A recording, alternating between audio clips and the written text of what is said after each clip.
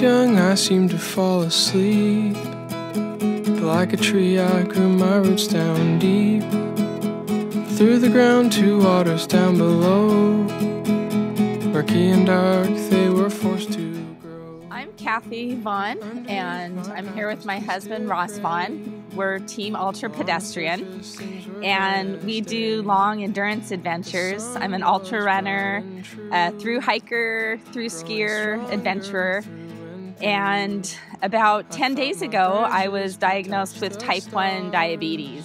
I didn't understand how far they are.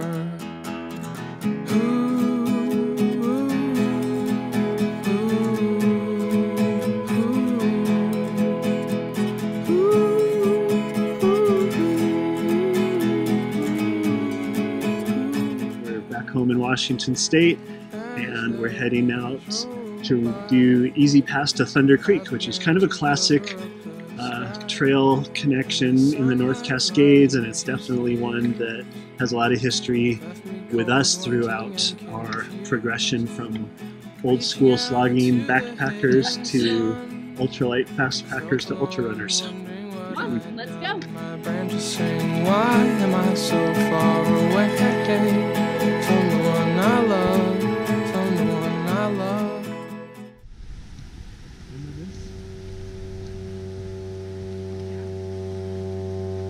On our last through hike, that was a 98-day, 1,300-mile hike through, or on the Ground Enchantment Trail through Arizona and New Mexico.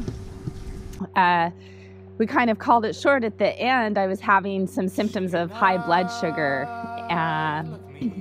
really painful bleeding gums, blurry vision, and just this unquenchable thirst. So I knew when we got off the trail that I was going to need to check in with the doctor, and sure enough, my blood sugar was quite high, and I was diagnosed with type 1 diabetes.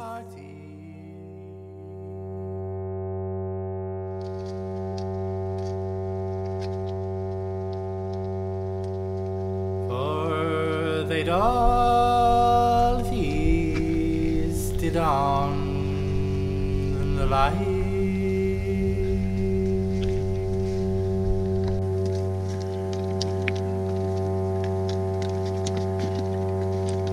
About 10 years ago, I had a growth that was encapsulating my pancreas and was causing really severe pancreatitis. And so I had surgery and had about 60% of my pancreas and my spleen surgically removed.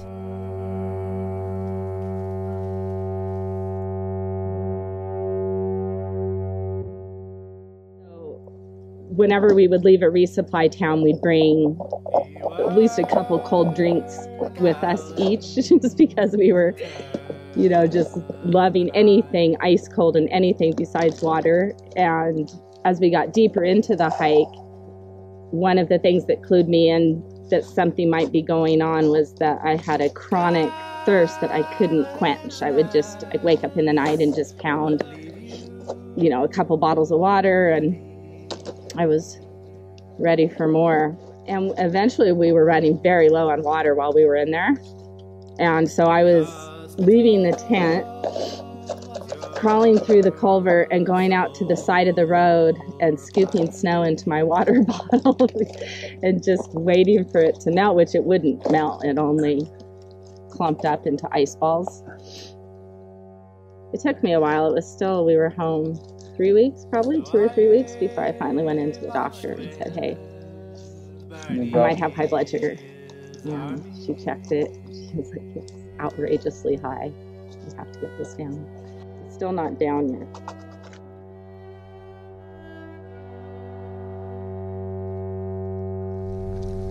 It's like whatever we could find. This diabetes is a progression of that pancreatic disease that I had. I started taking enzymes a couple years ago, to help my pancreas with its digestive work that it does, especially in digesting fats. Had been so plenty. Can you believe we have to hike across this ugly old meadow?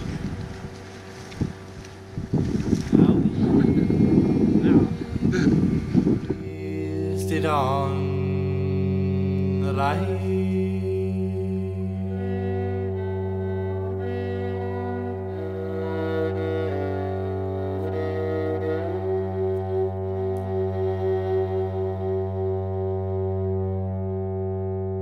A new challenge, a change for Ross and I, and so far so good. I've been on my first 20-mile run today, injecting the insulin, and it's gone fine. I've kept my blood sugar stable, and I actually feel great.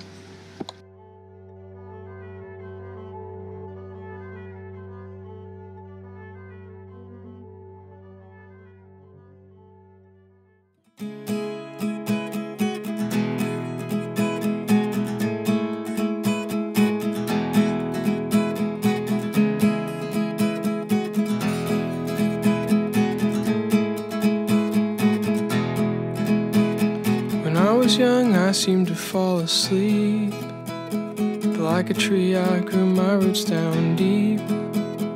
Through the ground to waters down below. Murky and dark, they were forced to grow. Underneath, my path was twisted. Live kind of wild and free is to live really simply and go without a lot of material items that, you know, tie you down.